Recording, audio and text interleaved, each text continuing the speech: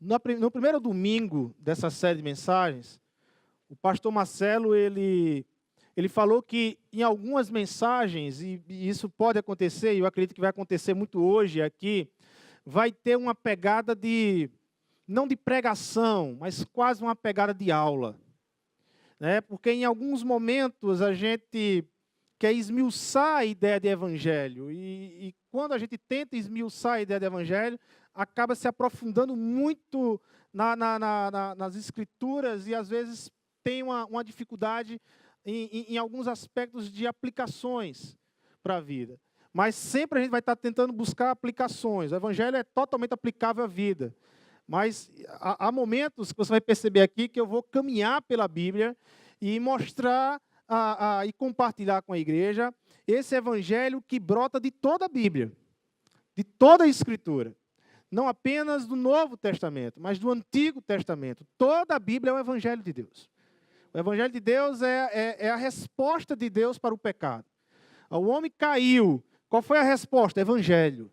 Desde Gênesis 3,15 até Apocalipse 22, você tem a resposta de Deus para a queda e a resposta é o Evangelho. Só que o Evangelho aqui ele é tratado como uma narrativa, como uma história redentora. Então, quando eu leio uma Bíblia, eu me deparo com histórias, com a história de redenção. Mas que dentro dessa história de redenção está todo o Evangelho. Todo o Evangelho. O título da série, Evangelho de Azé, é um título tirado de um autor e pastor chamado Timothy Keller, onde ele vai abordar a ideia do evangelho integral. E aí ele vai dizer que o evangelho não é o ABC, o evangelho é de A a Z, é o alfabeto todo. A ideia é que o evangelho não é apenas para um momento, onde às vezes a gente tem essa ideia, que o evangelho ele é o poder de Deus apenas para um momento das nossas vidas, apenas para o dia da nossa conversão. E a ideia das Escrituras é muito mais do que o dia da nossa conversão. A ideia é que a gente viva pelo Evangelho, que é a proposta, na verdade, de vida que Deus tem para aqueles que olham para Ele, que o buscam, é o Evangelho. Então, o Evangelho é muito mais do que um momento, ou o Evangelho ele não muda apenas uma parte de mim, mas o Evangelho ele é integral. O Evangelho ele me muda por completo. O Evangelho ele muda os meus relacionamentos. O Evangelho muda a minha vida. O Evangelho muda a minha forma de enxergar o mundo. O Evangelho não é apenas no momento da minha conversão, mas é toda a minha vida, toda a minha caminhada na terra. A proposta de Deus para a minha vida é o Evangelho.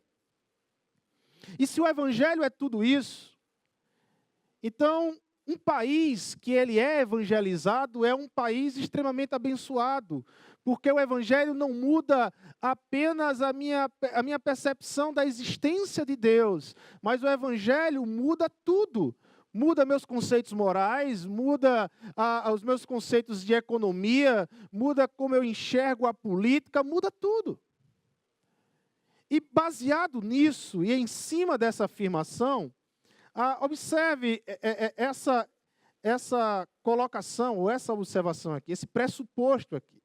Neste aspecto, estamos vivendo um dos momentos mais extraordinários do nosso país. Pois temos dados de que nunca o Brasil atingiu tamanha marca de pessoas alcançadas pelo Evangelho. São 25%, em algumas outras pesquisas colocam quase que 30% do Brasil é evangelizado. Estamos falando de algo em torno de 1/4 do Brasil evangelizado. Evangelho esse que é capaz de trazer sérias implicações morais, sociais, econômicas, educacionais, entre outras. Agora, quando eu falo isso, por que será que essa afirmação ela soa para a gente como falso? Por que será que a gente não acredita nessa afirmação, apesar de que os dados do IBGE afirmem que 25% ou quase 30% do Brasil hoje é evangelizado, ou se denomina-se evangélicos? Mas por que será que essa afirmação, quando nós ouvimos hoje, ela soa como algo falso, como uma mentira, como não uma verdade? É porque a ideia de ser evangelizado ela mudou com o tempo. Na época dos apóstolos, a ideia de ser evangelizado era a ideia de uma pessoa que vivia pela pauta do evangelho, que o evangelho fazia parte da vida e o transformava como um todo. Hoje não.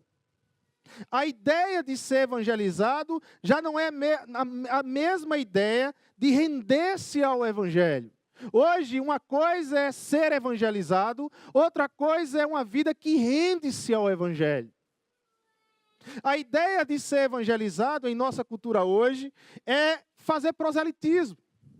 Não implica uma mudança de mentalidade, de perspectiva de vida. Mas a ideia de ser evangelizado é apenas uma mudança de espaço e de expressões linguísticas, conhecida como nosso evangeliquez. Então, a pessoa, ela apenas muda de ambiente. Ela estava num ambiente espírita, agora ela está num ambiente evangélico. Ela estava num ambiente católico, em adoração a várias imagens, e vivendo dentro de uma idolatria, agora ela está num ambiente evangélico. Mas essa mudança de ambiente não propõe a essa pessoa uma mudança de vida por completo, uma mudança moral por completo. Então você tem pessoas que usam, que até mudam suas roupas, que usam seus jargões, que aprendem a cultura e os jargões evangélicos, como por exemplo, sangue de Cristo tem poder. Isso é uma frase doce na boca dos evangélicos. Mas sangue de Cristo tem poder, e é verdade, a Bíblia diz que o sangue de Cristo tem poder. Mas tem poder para me mudar. A dificuldade que nós temos de compreender é que da mesma boca que diz que sangue de Cristo tem poder, é a mesma boca que mente, é a mesma boca que falseia, é a mesma boca que engana o imposto de renda, é a mesma pessoa que sabe que não tem poder nenhum, o sangue de Cristo não tem poder porque não muda nem ela. E essa é a crise no meio evangélico do Brasil. Eu falo do Brasil porque estamos no Brasil, mas é mundo. A crise do discurso. Por isso que quando o apóstolo Paulo, lá em Romanos capítulo 1, e aí eu convido já a igreja a abrir Romanos capítulo 1, porque nós vamos ver aqui 4 versículos e discorrer sobre esses versículos. Quando Paulo ele diz, não me envergonho do evangelho, no verso 16, surge então uma importante pergunta. De qual evangelho você está falando? Na época de Paulo não tinha essa dúvida. Na época de Paulo não tinha essa dificuldade. Né? Não me envergonho do evangelho, não tinha qual evangelho. Mas hoje você tem que ver qual é o evangelho que você está falando. Que evangelho é esse? Porque tem evangelhos, pseudos evangelhos aí fora, que eu me envergonho desse tipo de evangelho. Que evangelho você está falando? Um evangelho de uma experiência religiosa, mecânica, automática, que muda apenas o estereotipo, que muda apenas a figura externa, absolutamente fundamentada na ignorância. Você pergunta para o sujeito o que é que ele faz e por que ele está fazendo isso, e ele não sabe explicar. Se você fala algo sobre o evangelho, ele concorda. Se o apóstolo lá, o chapeleiro maluco, fala algo sobre o evangelho, ele concorda. Se o bispo fala algo sobre o evangelho, ele concorda. Porque ele não sabe nada do evangelho, ele não conhece a palavra, ele não sabe o que é o evangelho. Então ele é uma massa de manobra religiosa. E nós temos muitos no meio cristão que não conhecem o evangelho, e por não conhecer o evangelho, se torna uma massa de manobra religiosa. Vivemos em meio a uma Babel religiosa, em que ser evangélico não diz absolutamente nada. Você dizer que é evangélico não quer dizer a mesma coisa de ser discípulo de Jesus. Não diz absolutamente nada. Talvez há um tempo atrás, a ideia de evangélico era aqueles que viviam sobre a proposta do evangelho. Era aqueles que viviam sobre a pauta do evangelho. Mas hoje não. Hoje não. Hoje é fácil dizer sou evangélico. Mas por que você é evangélico? Porque eu boto uma Bíblia debaixo do braço e no domingo, em vez de ir para uma igreja católica, eu estou na igreja evangélica. A percepção de ser evangélico agora é isso. É uma mudança de lugar, é geografia. Mas não uma mudança de mente, de perspectiva de mente, de mudança por completo. E é nesse contexto, então, que eu convido a gente ler 4 versículos aqui, ou 5 versículos aqui em Romanos capítulo 1. Os 2 primeiros e os 14, o 15, o 16 e o 17. A palavra de Deus diz assim: Paulo, servo de Cristo Jesus, chamado para ser apóstolo, separado para o evangelho de Deus, o qual foi prometido por ele, de antemão, por meio de seus profetas nas Escrituras Sagradas. Sou devedor, verso 14, tanto a gregos como a bárbaros, tanto a sábios como a ignorantes. Por isso estou disposto a pregar o evangelho também a vocês que estão em Roma. Não me envergonho do evangelho, porque é o poder de Deus para a salvação de todo aquele que crê, primeiro do judeu, depois do grego. Porque no evangelho é revelado a justiça de Deus, uma justiça que do princípio ao fim é pela fé, como está escrito: o justo viverá pela fé. Senhor Deus e Pai, abençoa a Tua palavra hoje, prepara a nossa mente, ilumina a nossa mente para compreender a Tua palavra e o nosso coração para vivenciá-la. É o que pedimos, Senhor, em Teu nome, Jesus. Amém. Aqui nós temos uma introdução da carta aos Romanos. Capítulo 1 é a introdução.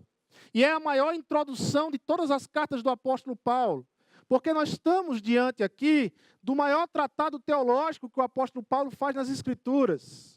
Do capítulo 1, verso 18, até o capítulo 11 dessa carta aos Romanos, Paulo faz um grande tratado teológico sobre o Evangelho, sobre os elementos do Evangelho, sobre as implicações do Evangelho. A partir do capítulo 12 em diante, então Paulo entra na prática, como essa teologia que ele descreve nos primeiros capítulos, até o capítulo 11, desemboca na prática, se transforma em prática. Mas do capítulo 1, verso 18 ao capítulo 11, nós temos um tratado teológico. Por isso que nós temos uma introdução muito tensa, muito densa, muito forte, que é essa introdução do apóstolo Paulo aqui na carta aos Romanos, e que nos fala algumas verdades sobre o Evangelho. A primeira verdade é que características tem Paulo para carregar o Evangelho? Ou qual características esse Evangelho produz naqueles que carregam o Evangelho? Qual marcas o Evangelho produz naqueles que andam com o Evangelho? O apóstolo Paulo, ele começa a carta aos Romanos a se identificar essa igreja de Roma, que ainda não o conhecia, como servo de Cristo Jesus. Paulo, servo de Jesus Cristo. A palavra para servo aqui no grego é a palavra doulos, que, muito embora está traduzida como servo, a palavra tem a ideia de escravo. Paulo começa se identificando a essa igreja de Roma como escravo de Jesus Cristo. E é interessante porque no Império Romano, nós estamos falando de um império que tinha algo em torno de 60 milhões de escravos, onde a sua população do Império Romano escravocrata era maior do que a população liberta. E Paulo está se expressando a essa igreja que se encontra na capital do Império Romano como um escravo de Jesus Cristo. Os escravos, eles carregavam uma argola de ferro no pescoço com o nome do seu senhor, identificando. Um escravo, ele não tinha direito a nada. O Senhor era dono dele. O Senhor poderia fazer todas as coisas, até mesmo matá-lo, em caso de um escravo fazer algo de errado. E aí vem Paulo se identificando como escravo de Jesus Cristo. Mas Paulo, ele não era um escravo de um senhor carrasco. Paulo, ele era escravo de Cristo. Paulo, ele era escravo de um Deus de amor. O que Paulo carregava não era mais uma argola de ferro.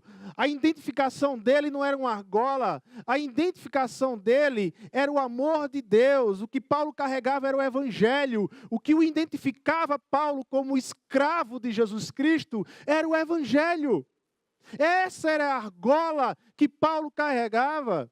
Essa é a proposta de Deus para mim e para você como igreja do Senhor, que possamos carregar essa identidade, que a ideia, quando nós dizemos, eu sou escravo de Jesus, eu sou servo do Senhor, e está implícito nessa ideia, a ideia de que eu vivo pelo Evangelho. O Evangelho é a minha marca, o Evangelho é a minha proposta de vida, o Evangelho muda a minha vida e pode mudar a sua vida.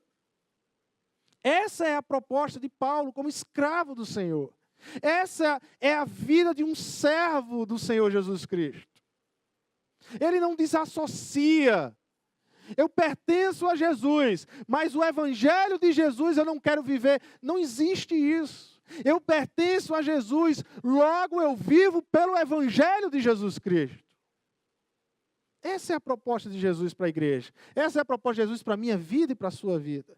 Que a marca que carregamos como escravo não são mais argolas de ferro, mas é evangelho. Paulo, ele também diz que ele é chamado para ser apóstolo aqui na sua identificação. E aqui cabe sim uma explicação, principalmente nos dias de hoje. Porque a palavra apóstolo nos dias de hoje virou título. Virou dentro de uma estrutura hierárquica, de uma estrutura que nunca foi a proposta de Deus para a igreja. Deus nunca pautou a igreja dentro de uma estrutura hierárquica. A estrutura da igreja que emana do Novo Testamento é uma estrutura funcional. São funções. Alguns têm funções pastorais, outros têm outras funções, mas isso não quer dizer hierarquia. A hierarquia veio nascer quando a igreja se une ao Império Romano. E aí toda uma estrutura hierárquica. E aquelas igrejas hoje que se dizem cristãs, que se dizem evangélicas, elas negam isso quando elas montam em suas igrejas estruturas hierárquicas. Onde o pastor não é mais uma função, mas agora o pastor é um título. Onde ser bispo não é mais uma função, mas é um título. Onde apóstolo não é mais uma função, é um título. Aliás, com relação a apóstolo era aquele que tinha um chamado específico do próprio Jesus Cristo. Apóstolo era aquele que se tornava uma testemunha viva da ressurreição de Cristo, e Paulo viu Cristo ressurreto, e é por isso que Paulo ele traz esse título, olha, apóstolo de Deus, chamado para ser apóstolo. Eu não sou apóstolo segundo imposições de homens, mas quem me chamou para ser apóstolo foi o próprio Cristo Jesus, que apareceu para mim depois da morte. Portanto, nem características de apóstolo você pode ter mais hoje. E aí ele continua identificando, dando a sua identidade, e ele foi separado para o Evangelho de Deus. Separado para o Evangelho de Deus. Separado de quê? Existem muitas coisas que nos separam de Deus. Sabe, a nossa parábola base, vamos dizer assim, a dos dois filhos pródigos, a gente aprendeu no domingo que não é um, mas é dois filhos pródigos. Jesus, nessa parábola, ele expressa dois caminhos que são separados de Deus. Dois caminhos que nos separam de Deus. Um é o caminho da licenciosidade, o caminho do filho mais novo. E o outro é o caminho da religiosidade, o caminho do filho mais velho. A licenciosidade é a ideia de viver uma vida independente de Deus, é uma independência de Deus. O mais novo alimentou a ideia de viver sem a necessidade de Deus. Para ele, era possível determinar seus próprios conceitos morais. Aqui temos uma antiga história se repetindo, a história de Adão e Eva. Quando Adão decidiu comer o fruto que não deveria ter comido, quando ele decidiu comer o fruto, ele decidiu motivado com a ideia de poder montar, de poder construir seus próprios padrões morais distante de Deus. Deus não mais o controlar, mas ele tem agora uma vida independente. Eu quero uma vida à parte de Deus, fora de Deus. A ideia do fruto do bem e do mal. Eu quero construir os meus próprios padrões morais. Eu quero dizer para mim o que é certo e o que é errado. Não Deus, agora sou eu que mando e que defino os caminhos de certo e de errado. Essa é a ideia de Adão e Eva. Isso entrou no coração de Adão e Eva e ele tomou aquele fruto com a ideia, eu agora posso ser igual a Deus. Eu posso construir os meus caminhos. Eu posso construir toda a minha ideia moral de certo e errado. Não mais Deus, mas agora eu. O caminho da religiosidade é uma busca incessante de relacionar-se por méritos. Deus me fez não porque Ele me ama, diz o religioso, mas porque eu fiz muito ao ponto dele não ter como me negar. A ideia do religioso é essa. A ideia do religioso é também independência. A ideia do religioso é: eu faço tanto a Deus, eu faço tanto a Deus, eu faço tanto a Deus, que Deus não tem como me negar. Eu construo o meu caminho da salvação.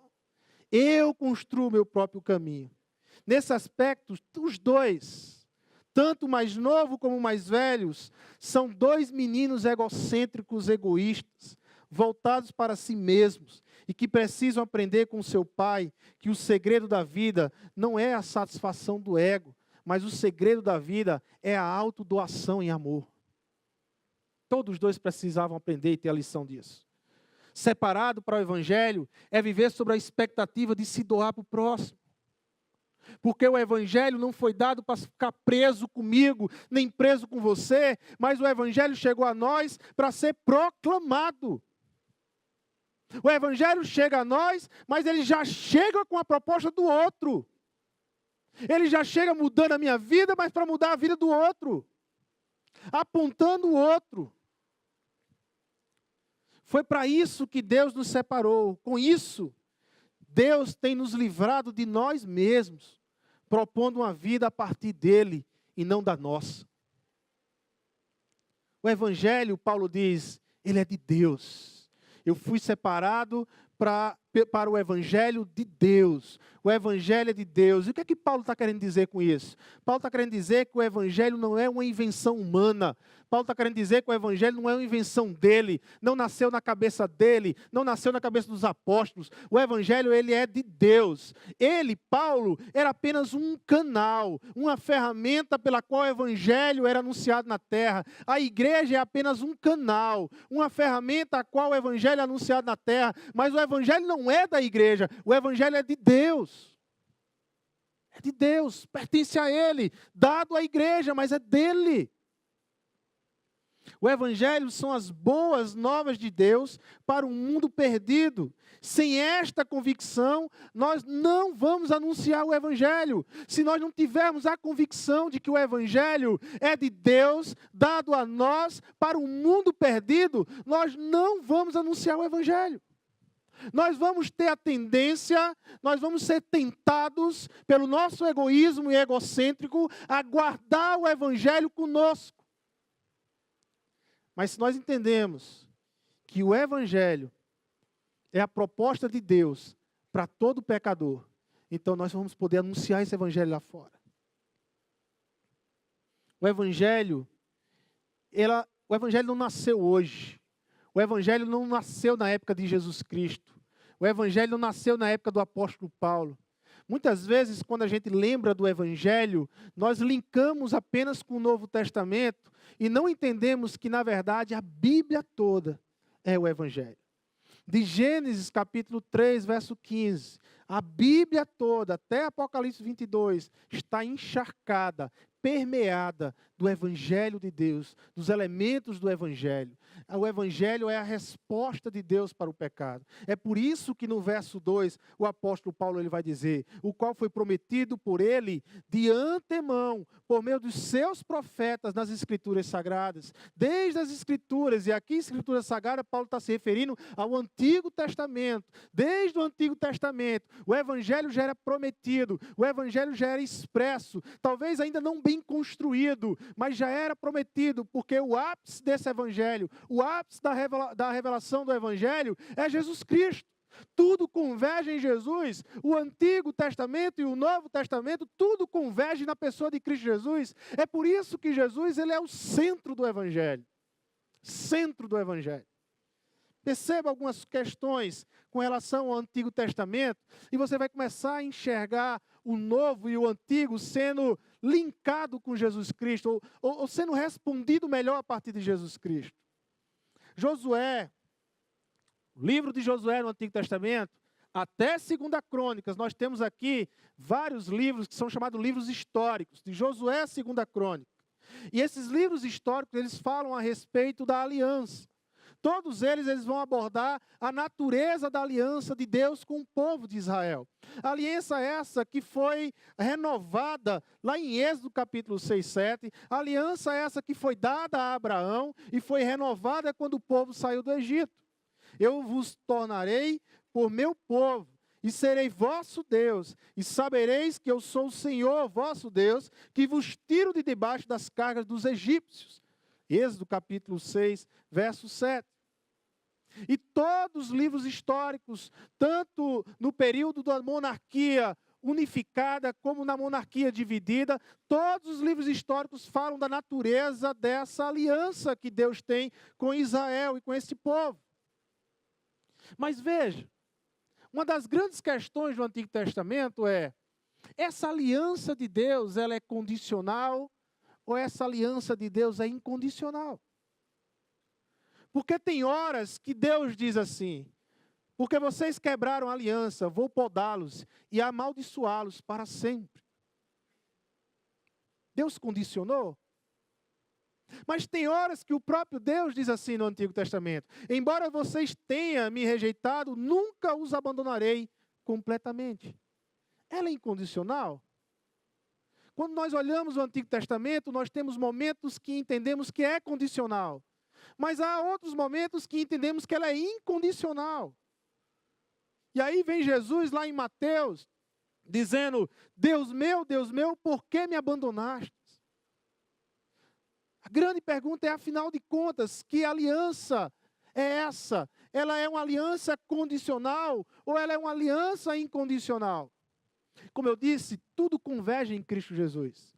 A resposta está a partir de Jesus, não a partir do que eu entendo, mas olhando para Jesus Cristo, nós podemos dizer que a resposta é os dois. A aliança que Deus fez na terra, ela é condicional e ao mesmo tempo incondicional na pessoa de Jesus Cristo.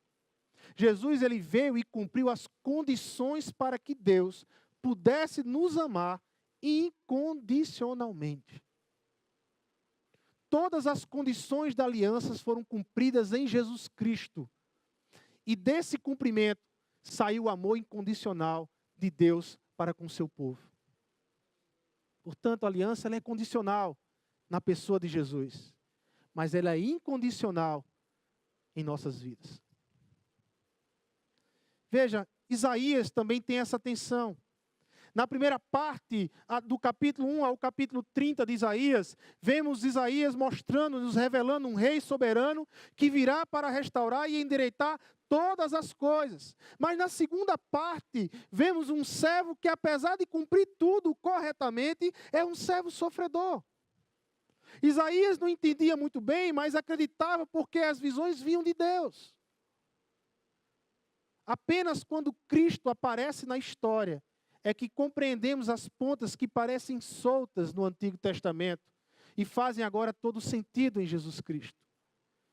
Nosso Senhor Jesus, Ele é o Rei restaurador e soberano, ao mesmo tempo servo sofredor, que foi à cruz do Calvário e morreu por mim e por você.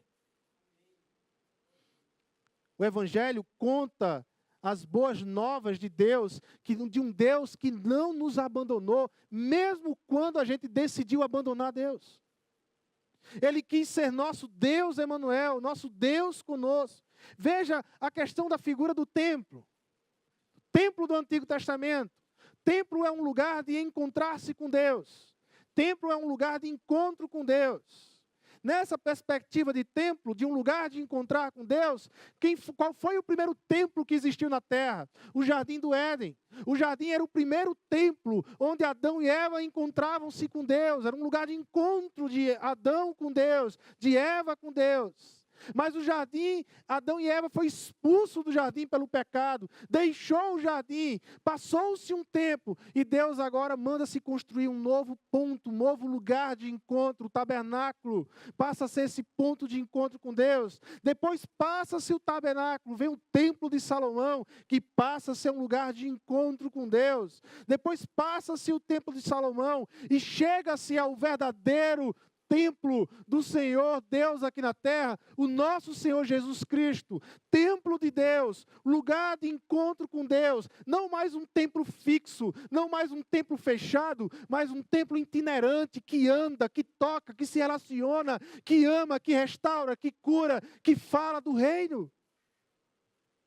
Mas Deus não para por aí. A revelação de Deus ela é progressiva, e ela vai se progredindo. Agora, quem é templo do Senhor?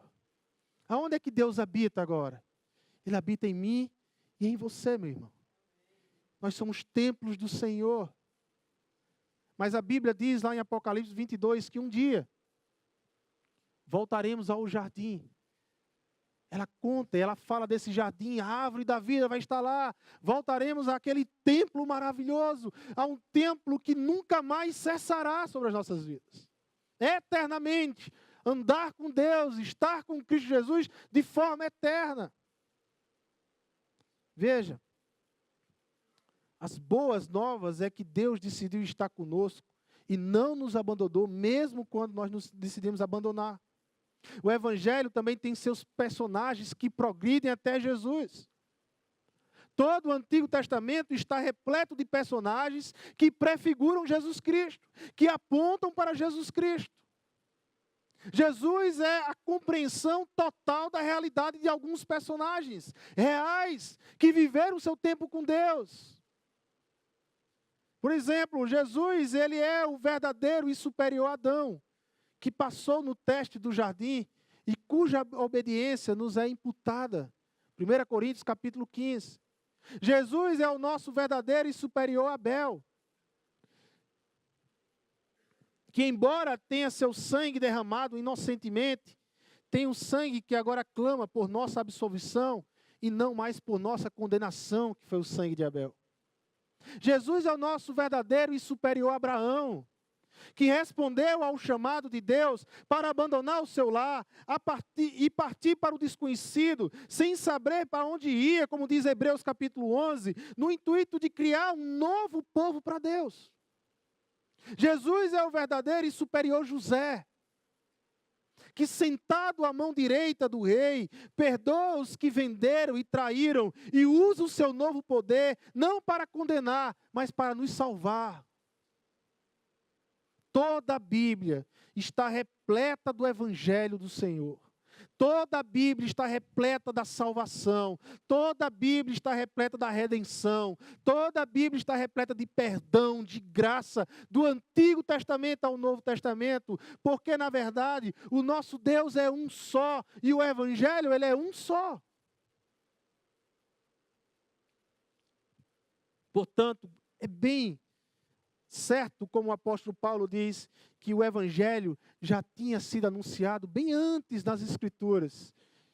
E agora revelado de uma forma plena, na plenitude dos tempos, onde veio o nosso Senhor Jesus e respondeu todas as dúvidas que se tinha sobre o Evangelho no Antigo Testamento. E aí o apóstolo Paulo ele vai falar da alegria que ele tem em ouvir como essa igreja de Roma tem vivido a sua fé. Que impacto a fé e o Evangelho tem trazido para essa igreja. E ele fala do desejo de se encontrar com essa igreja, do desejo de estar com essa igreja. E a partir do verso 14, Paulo ele vai dizer: sou devedor tanto a gregos como a bárbaros, tanto a sábios como a ignorantes. Por isso estou disposto a pregar o Evangelho também a vocês que estão em Roma. O Evangelho não nos faz credores, o Evangelho nos faz devedores. Nós devemos o Evangelho de Deus às pessoas lá fora. Nós nos tornamos devedores quando recebemos esse Evangelho, quando recebemos a riqueza do Evangelho que vem de Deus. Nós não podemos tornar o Evangelho privado, privatizar o Evangelho, particularizar o Evangelho não pertence à placa de igreja, o Evangelho não pertence a mim, o Evangelho pertence a todo pecador. O Evangelho é de Deus, mas pertence a todo pecador.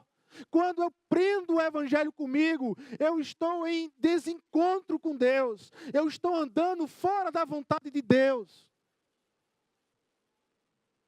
O Evangelho quebra qualquer brecha que a gente queira alimentar do nosso egoísmo. Do começo ao fim, o Evangelho ele aponta para o outro, para o próximo, para você olhar para o outro, para o próximo.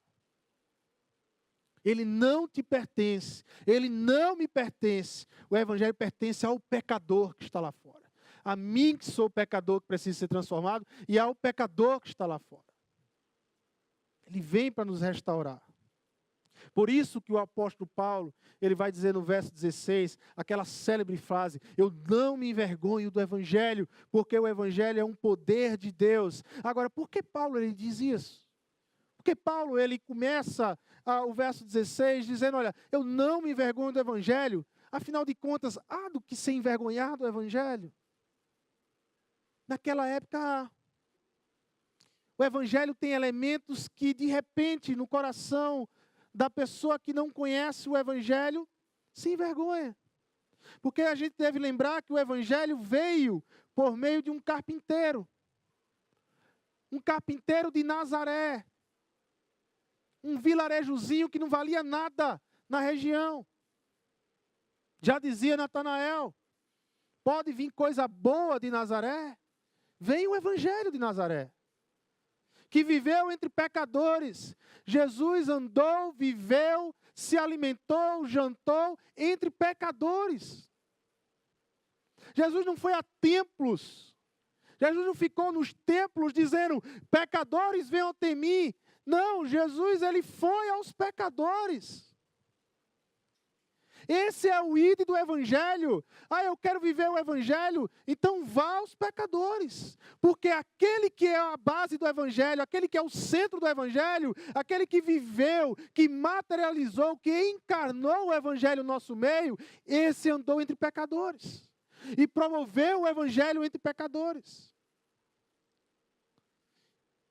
E entre pecadores, e Jesus teve uma morte de cruz, ao ponto que esse evangelho para a mente grega romana era uma loucura, e para a mente judaica era um escândalo. Nós vimos lá, nos dois caminhos, nas duas mentalidades dos filhos pródigos, algo em comum entre eles. Ambos queriam manipular o pai. Ambos queriam se utilizar do pai de uma forma manipuladora, de manipulação, para o bem próprio, para si próprio, em vidas ensimesmadas, que só conseguiam enxergar eles. O evangelho, ele é um chamado a você deixar de acreditar em você mesmo, meu irmão, e render-se totalmente a Cristo. Render-se totalmente a Cristo. O evangelho, ele é a boa notícia que um de nós, um ser humano perfeito, um segundo Adão, não o que caiu no jardim, mas o que venceu no jardim, o que venceu no deserto. O evangelho é a boa notícia que um de nós, chamado Jesus, de Nazaré, se rendeu ao Pai de tal maneira que venceu a morte, e tendo atravessado a morte, ele olha para mim, e ele olha para você, e ele diz assim: vem comigo, vem se tornar homem de verdade, vem ser humano de verdade, não deixa de ser esse bonequinho, deixa de ser esse bonequinho de pano, manipulado pelos outros, e vem ser homem de verdade, vem experimentar o que é ser humano de verdade. Vem por esse caminho, que é um caminho de obediência e de fé. Deixa esse Adão para trás, deixa essa Eva para trás, abandona esse Adão, abandona essa Eva, e vem comigo. Vem ser semelhante a mim, vem comigo vencer a morte, vem comigo para a vida eterna.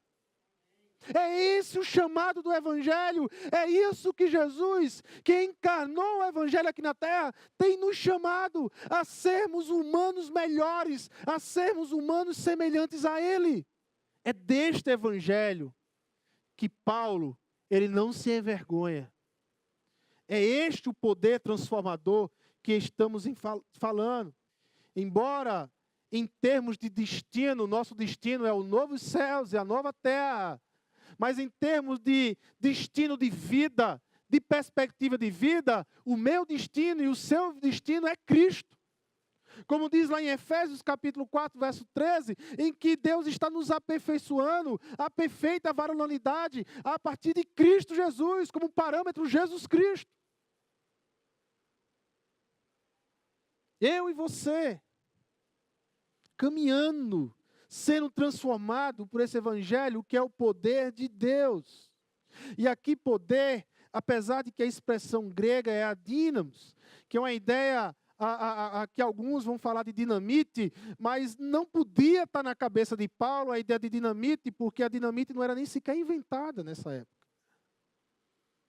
Então a ideia de dínamos de Paulo é uma ideia mais de grega, é uma ideia mais de um poder transformador, um poder que transforma, um poder que muda tudo, que muda por completo, que muda de dentro para fora e se torna essa dínamos, essa expressão gigante que é o Evangelho de Deus aqui na terra. Transformador. Não um poder que bagunça tudo, mas que transforma tudo, que põe todas as coisas no seu devido lugar. A criatura passa a andar no lugar de criatura e reconhecer o Criador como Criador e adorar o Criador. É essa dínamos que nos reorganiza diante do Criador, diante de Deus, o Pai. E qual é o alcance desse Evangelho? O alcance desse Evangelho é a salvação para todos que creem. E aqui a gente tem que fazer uma observação, e não é uma observação sobre nem calvinismo, nem arminianismo. Longe dessa luta e dessa briga aí. Até porque na mente de Paulo, nem passava pela cabeça de Paulo essa coisa de Calvino e Armínio. Para todos que creem. É poder de Deus para todos que creem. Porque para Paulo e para os evangelhos e para o Novo Testamento e para a igreja do Novo Testamento, não tem desassociação de crer e viver. Crer é viver por aquilo que você crê. Não desassociava. Talvez na nossa mente hoje a gente diga assim, uma coisa é crer, outra coisa é viver. E é verdade, hoje nós temos muito esse dualismo, mas na época de Paulo a ideia de evangelho não é essa. A ideia de evangelho é um pacote como todo. Eu creio, logo eu vivo. Por isso que a salvação é para todos que creem, é o poder de Deus para salvar todos que creem. Porque ao crer você vive pelo evangelho. E nós devemos entender que aqui, nessa expressão aqui, nós estamos diante de uma introdução, que Paulo vai explicar essa introdução muito bem, em todo o capítulo 2, 3 e 4 da carta aos Romanos. Quando Paulo vai falar da justificação pela fé, quando Paulo vai falar que aprova a Deus uma ação antes da nossa ação. Na verdade, não fui eu que dei um passo para Deus. Na verdade, foi Deus que foi ao meu encontro, como a parábola do filho pródigo. Não foi o mais novo que deu o passo, mas foi o pai que o aceitou. Foi o pai que deu a festa. Foi o pai que o convidou. O filho mais novo, quando voltou, ele voltou para ser o quê? Para ser escravo. Ele não voltou para ser filho. Ele queria ser escravo. Ele queria matar a fome, que ele estava com fome. Mas qual é a resposta do pai? O recebe como filho. Como filho. A iniciativa é do pai. O desejo é do pai. A festa é do pai. E ele vem e convida você para participar dessa festa. E esse convite, ele é irresistível. E qual é a sua resposta a esse convite? Você vai para a festa do pai. Você acompanha Deus na festa. Você entra com o pai na festa. Porque é um convite irresistível. Porque a graça de Deus, ela é irresistível. Quando a graça ela é revelada no coração do homem, é como diz Ezequiel, aquele coração de pedra sai e entra um coração de carne. E aí, então ele pode responder positivamente o evangelho. A justiça de Deus se revela no evangelho. O apóstolo Paulo vai dizer aqui no verso 17. Porque no evangelho é revelada a justiça de Deus. Uma justiça que do princípio ao fim é pela fé. Como está escrito, o justo viverá pela fé. A salvação do começo ao fim envolve fé, meu irmão. Fé. A palavrinha é tão pequena, mas tão importante para a nossa caminhada com Deus. Fé. A justiça de Deus, ela é recebida pela fé e não operada pelas obras. Como diz lá em Efésios capítulo 2, não vem por meio de obras, mas é por meio de fé. É mediante a fé. O justo vive pela fé. A nossa justiça não é a nossa própria, mas é a justiça de Jesus Cristo, a nós imputadas e por meio da fé recebida. Veja lá em Romanos capítulo 3. A partir do verso 23. Olha o que diz o apóstolo Paulo. Pois todos pecaram e estão destituídos da glória de Deus, sendo justificados gratuitamente por sua graça, por meio da redenção que há em quem? Em Cristo Jesus. Deus o ofereceu como sacrifício para a propiciação, mediante a fé. A fé não é a base, a fé é o meio da nossa justificação. Deus ofereceu como sacrifício para a propiciação, mediante a fé pelo sangue, demonstrando a sua justiça. Em sua tolerância, havia deixado impunes os pecados anteriormente cometidos, mas no presente, agora, quando Paulo está escrevendo, demonstrou a sua justiça, a fim de ser justo e justificador daquele que tem fé em Jesus. Onde está então o motivo de vanglória? É isso que Paulo pergunta. Cadê a vanglória? Onde é que está o motivo de orgulho? Aonde é que está o orgulho? Se a sua salvação não foi por meio da obra sua, se a sua salvação não foi por meio de passo que você deu, porque você teve vontade, mas tudo vem de Deus. Tudo vem de Deus. De um Deus que nos ama. De um Deus que nos ama. De um Deus que poderia, justamente dentro da sua justiça, poderia ter aniquilado com toda a sua criação, mas de um Deus que revelou a resposta do pecado do homem, e foi o Evangelho, a narrativa da redenção, que em vez de nos matar, Ele nos restaura, Ele está trazendo de volta tudo aquilo que lhe pertence, e está trazendo de volta para Ele. Eu e você, que nascemos, que pertencemos a Ele, que somos criatura dEle, Deus se revelou, e um dia disse para mim e para você: você me pertence, você é meu, vem para junto de mim. É isso que Deus tem feito aqui na terra. E o Evangelho é a proclamação das boas novas. É a proclamação dessa narrativa, dessa história linda de redenção que Deus tem trazido aqui para a terra. E nós somos arautos deste Evangelho. Eu e você somos chamados para falar da história mais linda que aconteceu nessa terra. Não se envergonhe do Evangelho, meu irmão. Porque o Evangelho não é uma história feia. O Evangelho não é uma desgraça. O Evangelho é graça. O Evangelho é amor do Criador. Não tenha vergonha disso. Não tenha vergonha. Mas a plenos pulmões, anuncie o Evangelho do amor de Deus. Anuncie, conta essa história para todos aqueles que você pode contar. Não se envergonhe desse Evangelho. Paulo não tinha vergonha desse Evangelho. Há momentos que o público de Paulo eram pessoas inteligentíssimas, filósofos, pensadores, e lá estava Paulo anunciando o Evangelho. Há momentos que eram pessoas ignorantes, que não tinham acesso à cultura, escravos, e lá estava Paulo anunciando o Evangelho. Porque é uma história linda de se anunciar. É impossível aquele que vive pelo Evangelho guardar o Evangelho. É muita beleza, é muita graça envolvida nessa história para ser guardada apenas com uma pessoa. Diante do Evangelho, nós temos 3 públicos que nós entendemos que existe diante do Evangelho. É como se o Evangelho, por si só, ele dividisse a humanidade em 3 públicos. Você tem aqueles que têm vergonha do Evangelho. As pessoas que têm vergonha do Evangelho é porque estão cegas. É porque a luz de Deus ainda não brilhou no seu coração. Deus ainda não iluminou.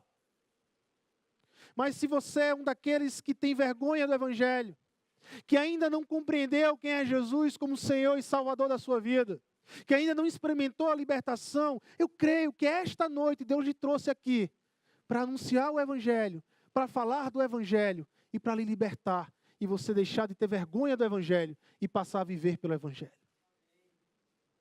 Cristo quer te libertar esta noite. É palavra de libertação para você. Receba o Evangelho como verdade de Deus para a sua vida. De um Deus que lhe ama ao ponto de lhe apresentar o Evangelho. A graça dele, o amor dele por você.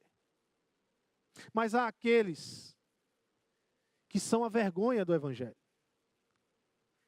Há aqueles que transformam as verdades em mentiras. Há um público que é o tempo todo mentindo sobre a palavra de Deus. Pessoas que manipulam outras por justamente não conhecerem o Evangelho. E são pessoas manipuladas. E há homens, mulheres que manipulam essas verdades e transformam essas verdades em mentira. E envolve tantas outras vidas em enganos, em enganos, em enganos e em mais enganos. E a palavra de Deus diz que esses diante do Evangelho são vergonha do Evangelho. Há aquelas pessoas que já até receberam o Evangelho, que foram salvas, mas que há muito tempo já não vive mais pelo Evangelho, que a pauta da sua vida já não é mais o Evangelho, que vive de toda forma, de todo tipo de escárnio lá fora,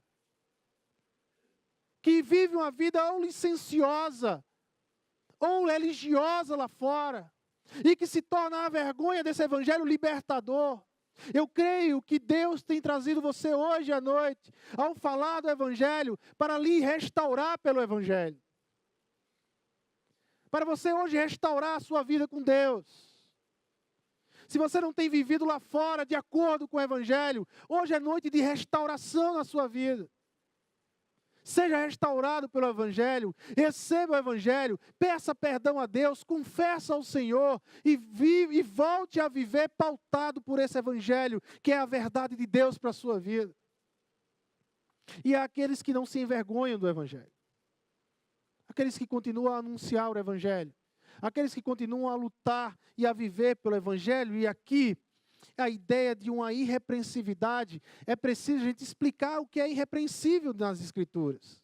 Porque muitas vezes a gente acha que o homem irrepreensível, ou que a mulher irrepreensível de Deus, é o homem perfeito, ou é a mulher perfeita, e a Bíblia não diz isso. O homem irrepreensível e a mulher irrepreensível é aquele que vive pautado pelo Evangelho. É aquele que quando erra, confessa o teu erro, assume o erro, paga pelo erro e continua a caminhar com Deus e se conserta com o Senhor. É aquele que quando peca, quando machuca o outro, pede perdão, porque o perdão é um elemento do Evangelho e ele pede perdão. O homem e a mulher irrepreensível é esse tipo que erra, que falha, mas reconhece os seus erros, reconhece as suas limitações e corre para diante de Deus, pedir a misericórdia, a graça de Deus. Esse é um homem ou uma mulher com quem a gente não pode apontar, porque ele está vivendo e ela está vivendo o Evangelho na prática. Infeliz é o homem que bate no peito e diz: eu não tenho que perdoar ninguém. Eu não tenho que perdoar ninguém. Você tem que perdoar, eu tenho que perdoar. Ai de nós se Deus não nos desse perdão. Ai de nós se o elemento do perdão não existisse em nossas vidas. Como nós poderíamos ser igreja sem perdão? Como é que eu poderia vivenciar a igreja sem perdão? Como é que eu poderia manter meu casamento sem perdão? Como é que eu poderia manter meu relacionamento com meus filhos sem perdão? Com a igreja sem perdão? Uma hora racha. Uma hora quebra tudo. Porque uma hora nós vamos machucar um ao outro. Porque nós não somos perfeitos. Nós somos limitados. E Deus nos dá o escape do perdão e do perdoar, para a gente estar sempre caminhando com Ele, junto com o Evangelho. O Evangelho é esse que divide a humanidade nesses três públicos. Eu não sei em que público você está inserido. Se você é daquele que tem vergonha do Evangelho, se você é daquele que é a vergonha do Evangelho, ou se você não tem vergonha do Evangelho, mas o que eu sei é que esta noite, pode ser na sua vida, E creio que pelo Evangelho pode ser na sua vida noite de restauração, noite de libertação na sua vida. Libertação para aqueles que precisam receber o Evangelho e Cristo como Salvador e Senhor. E restauração para aqueles que há muito tempo deixou o Evangelho de lado para viver sua própria vida. Eu vou fazer um momento de oração aqui. E não vou chamar aqui à frente. Mas eu quero que esse momento seja um momento pessoal de você e Deus. Você e Deus em um momento pessoal. Se é um momento para restauração, amém. Se é momento de libertação, entrega a sua vida a Cristo. Depois você pode me procurar e dizer, olha, pastor, eu entreguei a minha vida a Cristo, eu vou ter a maior alegria de poder orar com você, de dar um abraço. Mas não saia daqui esta noite. Não saia daqui dessa noite da mesma forma com que você entrou. O Evangelho, ele não permite que eu e você queira viver essa continuidade de vida. Não sai daqui dessa noite da mesma forma que você entrou. Não dê continuidade. Ah, eu estou bem. Ah, pastor, mas eu estou bem com o Senhor. Amém, mas o Evangelho pode lhe melhorar ainda mais. O Evangelho, ele é o poder de Deus. É a dínamos de Deus. Ele é transformador para todo aquele que nele crê. Vamos orar?